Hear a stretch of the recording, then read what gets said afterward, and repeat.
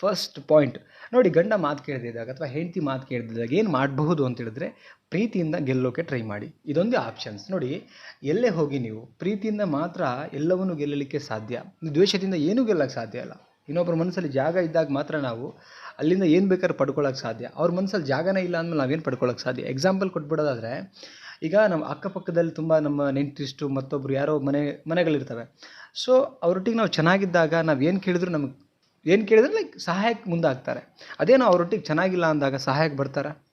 ಈಗೆಲ್ಲ ಒಂದು ಕಡೆ ನಾವು ಸಾಂಬಾರು ಇಸ್ಕೊಬೇಕು, ಏನೋ ಒಂದು ತಿಂಡಿಗೆ ಇಸ್ಕೊಬೇಕು, ಏನೋ ಒಂದು ಸ್ವಲ್ಪ ದುಡ್ಡಿಗೆ ಆಸರ ಆಗಬೇಕು ಅಂದರೆ ನಾವು ಅವರೊಟ್ಟಿಗೆ ಎಷ್ಟು ಚೆನ್ನಾಗಿದ್ದೀವಿ ಅನ್ನೋದು ಮುಖ್ಯ ಆಗುತ್ತೆ.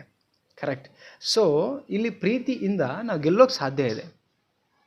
ಅದೇ ನೀವು ಜಗಳ ಮಾಡಿ ದ್ವೇಷ, ಈಗ ಪಕ್ಕದ ಮನೆಯವರೊಟ್ಟಿಗೆ ಜಗಳ ಮಾಡ್ಕೊಳ್ಳಿ, ನಿಮಗೇನೋ ಬೇಕಾಗಿರುತ್ತೆ ಇಸ್ಕೊಳ್ಳೋಕೆ ಹೋಗಿ ನೋಡೋಣ, ನಿಮಗೆ ಮನಸ್ಸಾಗ್ತಿರಲ್ಲ ಜಗಳ ಮಾಡಿದರೆ ಹೆಂಗೆ ಇಸ್ಕೋಬೇಕಪ್ಪ ಅಂತೇಳಿ. ಕರೆಕ್ಟ್.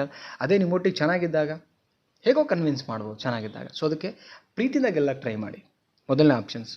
ಸೆಕೆಂಡ್ ಆಪ್ಷನ್ಸ್ ಏನಂತ ಹೇಳಿದ್ರೆ, ವೀಕ್ನೆಸ್ ನೋಡ್ಕೊಳ್ಳಿ. ವೀಕ್ನೆಸ್ ಅಂದರೆ ಏನು? ಒಳ್ಳೆತನಕ್ಕೆ ಅದು ಕೂಡ ವೀಕ್ನೆಸ್ ನೋಡಿಬಿಟ್ಟು ಅವ್ರನ್ನ ಆಟ ಆಡಿಸೋದಲ್ಲ. ನಿಮ್ಮ ಸಂಸಾರದಲ್ಲಿ ಚೆನ್ನಾಗಿರಬೇಕು ಅನ್ನೋದೇ ನನ್ನ ಇಂಟೆನ್ಷನ್.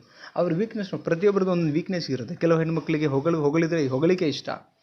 ಕೆಲವರು ಅವರ ಗಂಡಂದ್ರೆ ಹೊಗಳಬೇಕು, ಅಡುಗೆ ಹೊಗಳಬೇಕು, ಡ್ರೆಸ್ಸಿಗೆ ಹೊಗಳಬೇಕು, ಅದಿಷ್ಟ ಅವ್ರಿಗೆ ವೀಕ್ನೆಸ್. ಅದರಲ್ಲಿ ಮೇಲೆ ಹೋಗ್ಬಿಡ್ತಾರೆ. ಕೆಲವು ಗಂಡು ಮಕ್ಕಳಿಗೂ ಅಷ್ಟೇ ಹೊಗಳಬೇಕು, ನನ್ನ ಗಂಡ ಹಾಗೆ ಹೇಗೆ ಅಂತ. ಅದು ಕೆಲವ್ರದ್ದು ಒಂದೊಂದು ವೀಕ್ನೆಸ್ ಇರುತ್ತೆ, ಅದನ್ನು ನೋಡ್ಕೊಳ್ಳಿ. ಅದನ್ನು ಕೂಡ ಹೊಗಳಿಕೆಯಿಂದನೂ ಕೂಡ ನಿಮ್ಮ ಸಂಸಾರ ನಿಮ್ಮ ಮಾತು ಕೇಳೋ ಹಾಗೆ ಮಾಡ್ಕೊಳ್ಳಿ ಅಷ್ಟೇ. ಓಕೆ. ಯಾಕೆ ಇದನ್ನು ಹೇಳ್ತೀನಿ ಅಂತ ಹೇಳಿದ್ರೆ, ಇಲ್ಲಿ ಫೈನಲಿ ಸಂಸಾರ ಸರಿ ಆಗಬೇಕೇ ವಿನ ಹಾಳಾಗಬಾರ್ದು. ಮದುವೆ ಆಗಿದ್ರ ಉದ್ದೇಶ ಬಾಳಿಗೆ ಬದುಕೋಕೆ ಅಂದಮೇಲೆ, ಸೊ ಅಲ್ಲಿ ಸರಿ ಮಾಡ್ಕೊಳ್ಳೋಕ್ಕೆ ನಾವು ಟ್ರೈ ಮಾಡಬೇಕೇ ವಿನ ಹಾಳು ಮಾಡ್ಕೊಳ್ಳೋಕೆ ನೋಡ್ಬಾರ್ದು. ಹಾಳಾದರೆ ನಿಮ್ಮ ಲೈಫ್ ಹಾಳಾಗುತ್ತೆ. ಸೊ ಆ ಉದ್ದೇಶದಿಂದ ನೋಡಬೇಕಾದ್ರೆ ಇಲ್ಲಿ ನಾವು ಎಷ್ಟು ಪಾಸಿಬಿಲಿಟಿ ಇದೆಯೋ ಪಾಸಿಟಿವ್ ಸೈಡಲ್ಲಿ ಹೋಗೋಣ, ನೆಗೆಟಿವ್ ಸೈಡಲ್ಲಿ ಬೇಡ. ಸೊ ಅದಕ್ಕೆ ಹೇಳ್ತಾ ಇದ್ದೀನಿ, ಎಷ್ಟು ಆಗುತ್ತೋ ಅಷ್ಟು ಒಂದೇದು ಪ್ರೀತಿಯಿಂದ ಟ್ರೈ ಮಾಡಿ. ಆಗದೆ ಹೋದರೆ ವೀಕ್ನೆಸ್ ನೋಡಿಕೊಂಡು ಆ ವೀಕ್ನೆಸ್ ಇಟ್ಕೊಂಡು ಅವರನ್ನು ಕನೆಕ್ಟ್ ಮಾಡ್ಕೊಳ್ಳೋಕೆ ನೋಡಿ.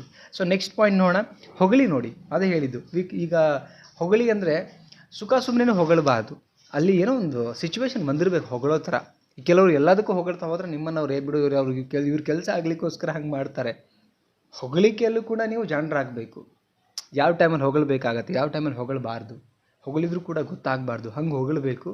ಒಟ್ಟಿನಲ್ಲಿ ನಿಮ್ಮ ಕೆಲಸ ಆಗಬೇಕು. ಲೈಕ್ ಗಂಡ ಹೆಂಡತಿ ಮಧ್ಯೆ ಇದು ಪ್ಯೂರ್ಲಿ ಒಂದು ಒಳ್ಳೆಯ ವಿಚಾರ ಉದ್ದೇಶಕ್ಕೆ ಚೆನ್ನಾಗಿರ್ಬೇಕು. ಅದಕ್ಕೋಸ್ಕರ ಹೇಳ್ತಿದ್ದೀನಿ, ಕೆಟ್ಟದಕ್ಕಂತ ಥಿಂಕ್ ಮಾಡಬೇಡಿ. ಓಕೆ. ಸೊ ನಿಮ್ಮ ಹೊಗಳಿಕೆಯೂ ಕೂಡ ಅವ್ರಿಗೆ ಪ್ರೀತಿ ಕೊಡೋ ಥರ ಇರಬೇಕು. ನಿಮ್ಮ ಹೊಗಳಿಕೆಯನ್ನು ಕೂಡ ಅವ್ರ ಮನಸ್ಸಿಗೆ ಇಷ್ಟ ಆಗೋಂಗೆ ಇರಬೇಕು. ಆ ಥರ ಹೊಗಳಬೇಕು. ಆ್ಯಂಡ್ ಅಲ್ಲಿಂದ ಅವ್ರು ನಿಮಗೆ ಪ್ರೀತಿಗೆ ಶರಣಾಗಬೇಕು. ಸೊ ಆ ಲೆಕ್ಕದಲ್ಲಿ ಇರಲಿ. ಸೊ ಹೊಗಳಕ್ಕೆ ಹೇಳಿದ್ದೀನಿ ಅಂತೇಳಿ ಏನೇನೋ ಮಾಡೋಕ್ಕೆ ಹೋಗಬೇಡಿ. ನೆಕ್ಸ್ಟ್ ಪಾಯಿಂಟ್ ಅರ್ಥ ಮಾಡಿಸಿ ನೋಡಿ. ಫೈನಲ್ ಇದ್ದೇನೆ, ಎಲ್ಲ ಮಾಡಿದ್ಮೇಲೆ ಹೋಗಿಲ್ಲ ಅಂದರೆ ಕೂತ್ಕೊಳ್ಳಿ ಇಬ್ರು, ಗಂಡ ಅಥವಾ ಹೆಂಡ್ತಿ. ನೀವು ಯಾರು ಮಾತು ಕೇಳ್ತಿಲ್ಲ ಅಲ್ಲಿ ಜಗಳ ಆಡ್ದಿರ ಕೂಲಂಕುಷವಾಗಿ ಆ್ಯಂಡ್ ಮಾತಾಡಬೇಕಾದ್ರೆ ಸಿಚುವೇಶನ್ ಏನಿದೆ, ಜಗಳ ಆಗಲಿಕ್ಕೆ ಏನು ಕಾರಣ, ಮಾತು ಕೇಳದೇ ಇರೋದಕ್ಕೆ ಏನು ಕಾರಣ, ಇದು ಕರೆಕ್ಟ್ ಇದೆಯಾ ಈ ಸಿಚುವೇಶನ್ಗೆ. ಯಾವತ್ತೋ ನಡೆದಿರೋ ಜಗಳ ಅಂತ ತೆಗೆದು ಇಲ್ಲಿ ಇವತ್ತು ನೀವು ಡಿಸ್ಕಷನ್ ಮಾಡೋ ಹಾಗಿಲ್ಲ. ನೆನ್ನೆ ಏನಾಯಿತು, ಈಗ ನೆನ್ನೆಯಿಂದ ಸರಿ ಇಲ್ಲ, ನಿಮ್ಮ ಮಾತು ಕೇಳ್ತಿದ್ರೆ ನೆನ್ನೆ ಟಾಪಿಕ್ ಅಷ್ಟೇ ತೊಗೊಳ್ಬೇಕು. ಒಂದು ವರ್ಷದ ಹಿಂದಿನ ತೊಗೊಳ್ಬಾರ್ದು, ಬಿಟ್ಬಿಡ್ಬೇಕು ಅದನ್ನ ನೆಗೆಟಿವ್ ವಿಚಾರನ. ಓಕೆ.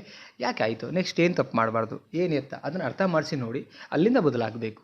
ರೈಟ್. ಸೊ ಈ 4 ವಿಚಾರ ಗಂಡ ಅಥವಾ ಹೆಂಡ್ತಿನ ನೀವು ಮಾತು ಕೇಳೋ ಹಾಗೆ ಬದಲಾವಣೆ ಮಾಡ್ಕೊಳ್ಳೋಕ್ಕೆ ಈ 4 ಟಿಪ್ಸ್ ನಿಮ್ಗೆ ತುಂಬ ಸಹಾಯ ಆಗುತ್ತೆ.